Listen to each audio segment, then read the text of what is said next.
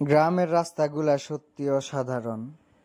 গ্রামের মেঠু পথ ধরে চলাচল করার অন্যরকম একটা মজা রয়েছে অন্যরকম একটা অনুভূতি।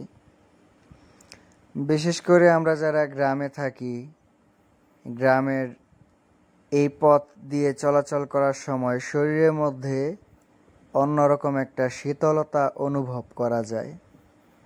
রাস্তার দুই ধারে রয়েছে সুন্দর সবুজে ঘেরা ফসলি জমি, পেঁপে বাগান, বিভিন্ন ধরনের ফসলি গাছপালা, পুকুর, বন, জঙ্গল সব মিলিয়ে রাস্তাটার চলার মধ্যে অন্যরকম একটা প্রশান্তি নিঃশ্বাস ফেলা যায়।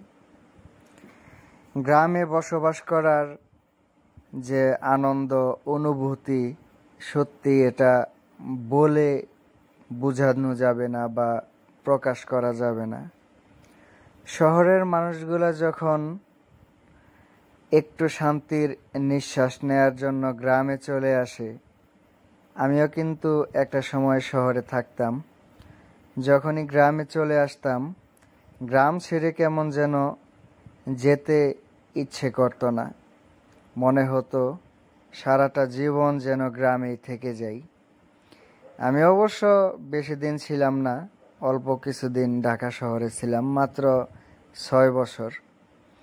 তো যাই হোক, শহরের মানুষরা সব সময় চায় গ্রামে থেকে যেতে, কিন্তু বাস্তবতা মানুষকে অনেক কিছু শিখিয়ে দেয়।